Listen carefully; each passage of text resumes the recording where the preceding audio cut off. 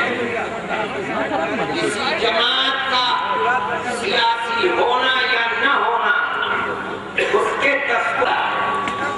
جمعیت علماء کا دستور ایک کھلی کتاب ہے۔ آپ اس دستور کو دیکھیے، اس کا ایک ایک جملہ یہ بتاتا ہے کہ جمعیت علماء ملک کی آزادی کے بعد خالص ایک مذہبی اور رفاہی جماعت ہے۔ کسی الیکشن سے، کسی سیاسی دعوے سے جمعیت علماء کو کوئی لینا دینا نہیں ہے۔ الیکشن قریب ہے، یہ سمجھنا کہ ملک کی دوسری جماعتیں جو الیکشن کے قریب اپنے وجود کو تسلیم کرانے کے لیے سیاست کی بساط پھیلاتی ہیں، اگر کوئی شخص یہ سمجھتا ہے کہ جمعیت علماء اتر پردیش کی یہ کوشش بھی اسی طرح کی کوئی کوشش ہے، تو میں آپ کے سامنے یہ بات بڑی وضاحت کے ساتھ پیش کرتا ہوں کہ ہماری جماعت اس سے بالکل الگ تھلگ ہے۔ ہمارا کام رفاہی کام کرنا ہے۔ جمعیت علماء اپنی ان تاریخی روایات پر قائم رہی ہے، قائم ہے اور انشاءاللہ قائم رہے گی۔ چونکہ رفاہی کام کے لیے ہمیں ارباب اقتدار سے بھی کہنا ہوتا ہے، وہاں تک جانا ہوتا ہے، اس لیے ہم نے صوبہ اتر پردیش کی جمعیت نے ان پارٹیوں کو جو جانی پہچانی جاتی ہیں، ہم نے ان پارٹیوں سے ایک ایک آدمی کو دعوت دی تھی۔ ہم نے بہوجن سماج پارٹی سے بھی کہا اور ہم نے سماجوادی پارٹی تک بھی اپنی آواز کو پہنچایا،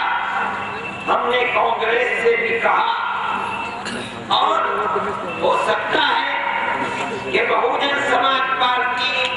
اپنے کسی نمائندے کو بھیجے، ابھی تک نہیں آئے، اگر وہ آ گئے تو ہم جمعیت علماء کے اس اسٹیج پر ان کا بھی دل و جان سے خیر مقدم کریں گے۔ مجھے اس بات کی خوشی ہے کہ آجہانی بہوگنا جی کی بیٹی جو اس وقت کانگریس کی صدر ہیں صوبہ اتر پردیش کی، جمعیت علماء اتر پردیش نے ان کو بھی دعوت دی اور وہ پارٹی کی طرف سے نمائندگی کر رہی ہیں۔ انہوں نے اپنے خیالات کا اظہار بھی فرمایا، میں اس کو بڑی اچھی نظر سے دیکھتا ہوں اور قابل قدر سمجھتا ہوں۔ طرف سے بھی کوئی نمائندہ آئے گا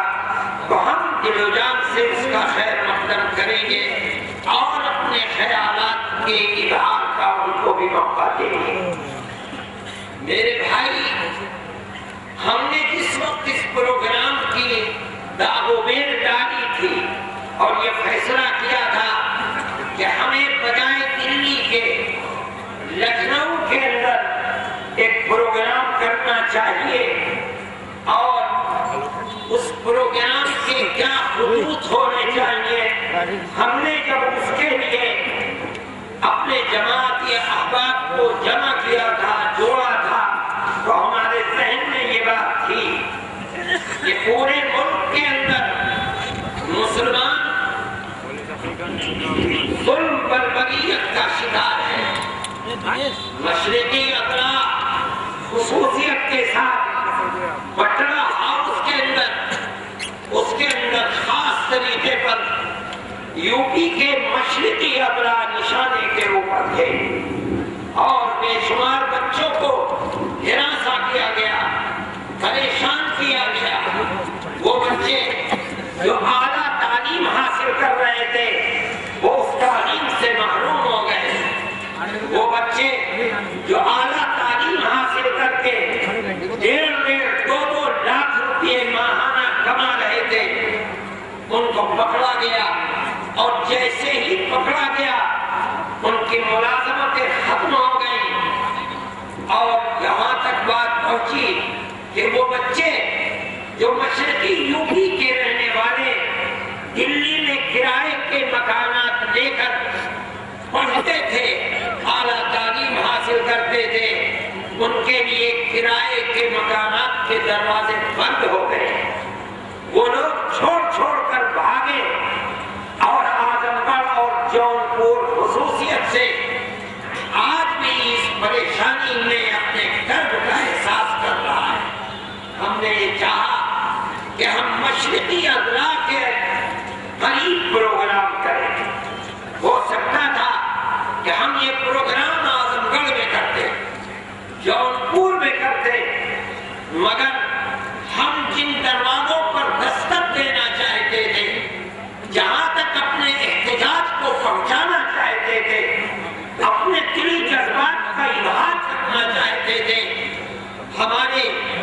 سمجھ نے ہمیں یہ بتلایا کہ وہ چیز اعظم گڑھ کے میدان کے اندر نہیں ہو سکتی۔ ہمیں اس کے لیے یو پی کے دارالسلطنت کا انتخاب کرنا چاہیے اور ہم نے اپنے ورکرز تک یہ بات پہنچائی کہ ہم صرف لکھنؤ کا اجتماع نہیں کرنا چاہتے، بلکہ ہمارے دل کی یہ آواز ہے کہ ہمارا لکھنؤ کا اجتماع پورے صوبہ اتر پردیش کا اجتماع ہو اور مسلمان یہ آواز لگائے، حکومت کو یہ تاثر دے کہ اس ظلم و بربریت کے خلاف مسلمان ایک بند مٹھی کی طرح سے ہے۔ اگر اس کو مشرق میں ظلم و بربریت کے خلاف آواز اٹھانے کے لیے مغرب سے آواز دی جائے گی تو وہ مغرب سے مشرق تک پہنچے گا، اگر مغرب میں آواز دی جائے گی تو مسلمان مشرق سے مغرب تک پہنچے گا اور یہ شور مچاتے ہو اللہ کے بندے ظلم و بربریت کے خلاف اپنی آواز کو اٹھائے گا۔ مجھے اس بات کی خوشی ہے کہ جب یہ علماء کی آواز پر آپ حضرات جمع ہوئے، ہم نے لکھنؤ کی انتظامیہ سے وعدہ کیا تھا کہ آپ کو یہ خطرہ ہے کہ ہم یہاں آئیں گے، ہمارے ورکر جمع ہوں گے اور وہ شہر کے اندر امن و امان کی فضا کو بدامنی سے تبدیل کر دیں گے، مگر ہم اپنی روایات کی بنیاد پر یہ دعویٰ کرتے ہیں کہ ہمارے لوگ جمع ہوں گے، ایک خاص مقصد کے لیے جمع ہوں گے